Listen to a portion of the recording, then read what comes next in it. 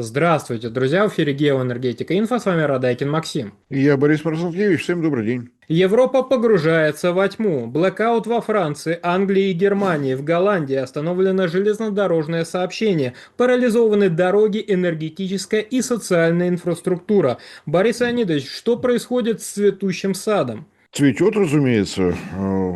Вы знаете, Максим, вот что касается железных дорог в Голландии и прочее, ну это пусть отвечают те, кто понимает что-то в дорогах. Вот про электроэнергию можем поговорить. Что там Голландия, сказать сложно. То, что у нас утром прошло во Франции и в Англии, на самом деле шторм там один на двоих. Ситуация во Франции более тяжелая, по ней удар более серьезный пришелся. И надо отдать должное, информация идет достаточно открыто. Если заглянуть в тамошнюю прессу, особо никто ничего не скрывает. Предупреждали, население было предупреждено. В ночь, вернее вечером в четверг это началось. И достаточно плотненько идет. На 21:00 лондонского времени более 47 тысяч домашних хозяйств без света. Южный Уэльс, или как они там называются, не знаю, как перевести. Ну, в общем, вдоль берега. Ночью все это продолжалось, и это, наверное, был пик. В четверг ночью более 200 тысяч домов без электроэнергии. И утренние сообщения 6:00. Более 43 тысяч домов без света. На мой взгляд, ну, более чем серьезно поработали английские электрики за ночь.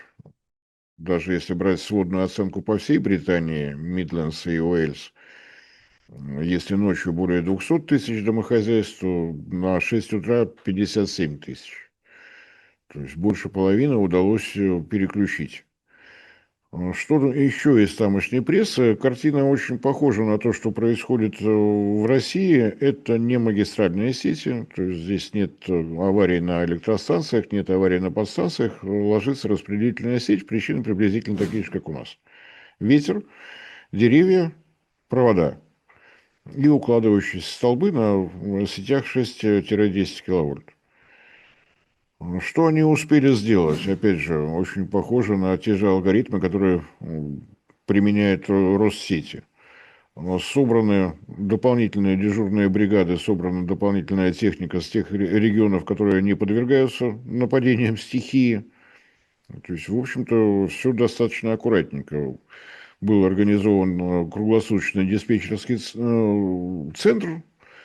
Можно было дозваниваться по телефону, можно было по интернету. В общем, как-то вполне такое впечатление, что все-таки занимаются там и подготовкой к подобного рода стихиям. Ну, для острова, наверное, это правильный подход. На мой взгляд, ну вот новых сообщений я пока не видел. К 12:00 последнее сообщение, которое я сумел пока найти, э, без электроэнергии около 60 тысяч домов, при этом восстановлено для 169 380. То есть они ничего не скрывают, у них военной обстановки нет, они говорят все как есть. Но при этом температуры там плюсовые, снег есть, но мокрый, поскольку ночью температура опускалась даже до -1, появился еще и лед. То есть все в полном порядке, смесь, дождь, снег, лед, накопление снега, в общем, все в полном порядке. Шторм, надо отдать должное, мороз просто сдул. Если до его наступления было до -4, то сейчас вот на сегодняшний момент +5, +8. Так что мне кажется, что англичане справились. Если без юмора, если смотреть на это как на стихийное бедствие, а это именно оно и есть, то здесь все в порядке. Были открыты тепловые, ну, или как, пункты для обогрева. То есть, в школах в основном и в каких-то еще социальных заведениях были центры с едой и размещением для тех, кому нужно. Так что и это они тоже делают. То есть, если смотреть на работу электриков, отбрасывая все политические предпочтения, то, в принципе, вполне себе единый профсоюз на европейскую часть России, на Францию и на Англию. Что касается Франции, здесь немножко сложнее, поскольку вот такое массовое отключение, которое у них произошло, привело к остановке двух реакторов на атомной электростанции Фламанвиль, первый и третий, вот тот самый, который новый, который совсем недавно ввели в строй. Так что, ну, прошло штатно по шкале ИНОС, по шкале радиоактивной и радиационной опасности ноль. Аккуратно остановили. Я думаю, что после подключения будут также аккуратно вводить. Сюда ветер пришел чуть раньше, в четверг к 22:00 порядка 60 тысяч домов без света. И основной удар пришелся на ночь, на 6:00. Вот так как сообщали и российские СМИ, 380 тысяч домохозяйств без электроснабжения. Основной удар по Нормандии, 266 тысяч. Дальше Бретань, вот так, я не очень там в этих французских провинциях, Пикардия и Иль-де-Франс по 13,5 тысяч. Так что то, что мы видим, сообщение на 6:00 380 тысяч домохозяйств без электроснабжения, на 12:00 320 тысяч без электроснабжения, то есть 60 тысяч за утро уже успели подключить. Здесь тоже предупреждение было синоптиками дано заранее. Заранее шел общенациональный режим. Извините, Google отказывается переводить по-французски, я повторять не буду. В общем, FIRE – это аббревиатура. Что происходит? Опять точно такой же режим, как у нас в России у Россети. Дополнительно 1600 техников со всей страны, из непострадавших районов 650 подрядных организаций.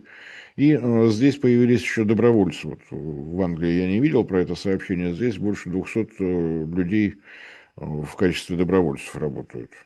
Пострадавшие есть, но без смертельных исходов. 8 человек в больнице с травмами разной степени.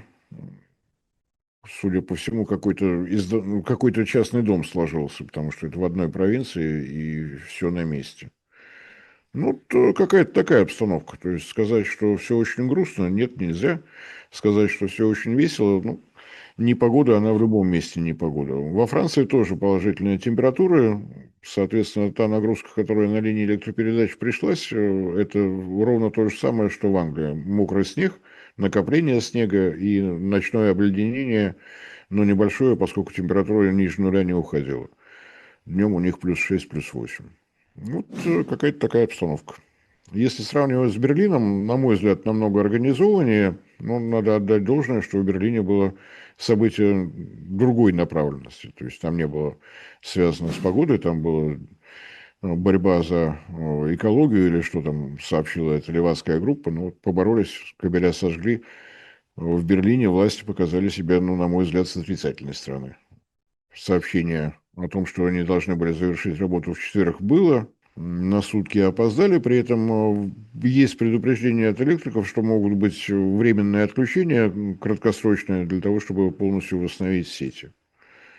Вот как-то так выглядит Европа под ветром, под штормом, настоящий морской шторм, без всяких прикрас.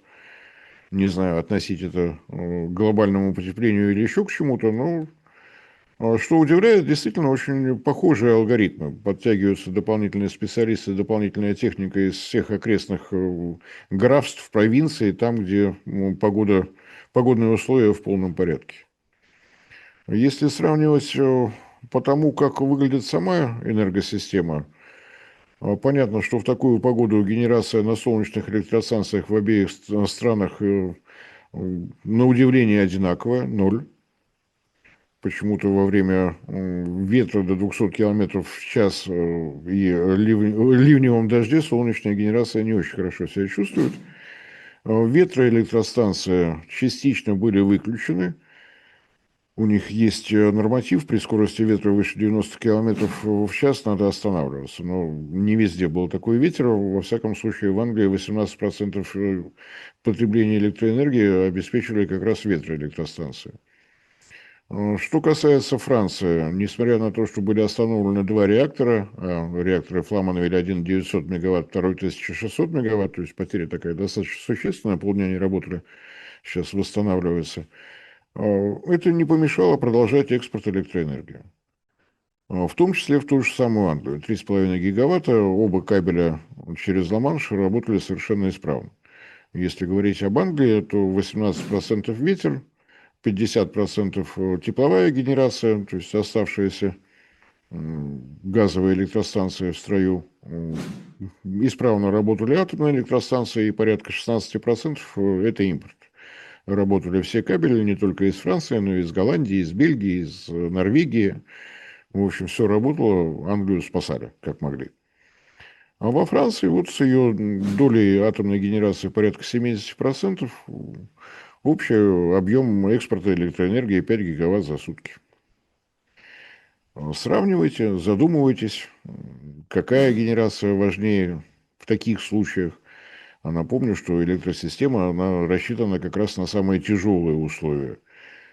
Если говорить об Англии, то она должна моделировать себе, там, я не знаю, кашалот съел два кабеля, во все французские реакторы забрались лягушки вместе с медузами, а, не знаю, там, Бельгию смыло. Но при этом лампочка в Лондоне должна гореть. У них не получилось. У них 16% поступает из-за пределов Англии. То есть, если говорить об уровне энергобезопасности, то во Франции она с большим плюсом, поскольку экспорт электроэнергии продолжался, несмотря на все погодные условия. В Англии ровно наоборот. Пусть соответствующие специалисты думают, что им нужно, может, еще больше ветряков воткнуть, может, еще что-то. Пусть решают сами. Напомню, что во Франции на день сегодняшний новых атомных электростанций не строится, согласовываются проекты, но не более того. В Англии идет лихорадочное строительство линии Си на атомной электростанции Хинкли-Пойнт, может быть, в 30-м году. Почему может быть? Потому что строят французские атомщики, там все может быть. 30-й год может оказаться 38-м, ну или каким-нибудь там 37-м, 40-м. Так что я бы на месте компаний, отвечающих за электросети в Англии, основательно задумался бы. Распределительные сети нагрузку не выдержали, магистральные выдержали, здесь все хорошо, но при этом вынуждены импортировать электроэнергию. Борис Леонидович, атомная энергетика понятна, ВИА понятно. А что с угольком? Вы про него вообще ничего не сказали. Так нет уголька. Угольные электростанции в Англии благополучно закрыты. Во Франции их особо никогда и не открывали. Если смотреть на баланс Франции, то 70% атомная генерация доходила до 77%. Есть достаточно большой запас газовых гидроэлектростанций. Они все под управлением одной государственной компании EDF. Я ни на что не намекаю, но на всякий случай повторяю. Может быть, кто-то не смог услышать. Атомные и гидроэлектростанции в руках ровно одной государственной компании.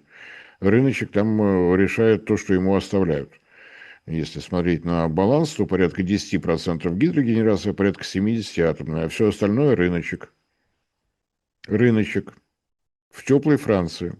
Борис Леонидович, большое спасибо за комментарий. Друзья, подписывайтесь на телеграм-канал Геоэнергетика Инфо. Ссылка будет в описании и закрепленном комментарии. Там же будут реквизиты для желающих финансово поддержать наш проект, чтобы мы и дальше также бодро вещали на всех площадках без монетизации, исключительно благодаря вашей финансовой поддержке на спонсор.ру. Спасибо, до новых встреч. Но я позволю себе сделать общий вывод. Если вы действительно намерены обеспечить собственную страну энергетической безопасностью, то вам нужна базовая генерация, не зависящая от погодных условий, работающая в шторм, в ветер, во что угодно еще. Излишнее увлечение ВИА приводит к необходимости импортировать электроэнергию извне. Всем спасибо за внимание, всем всего доброго.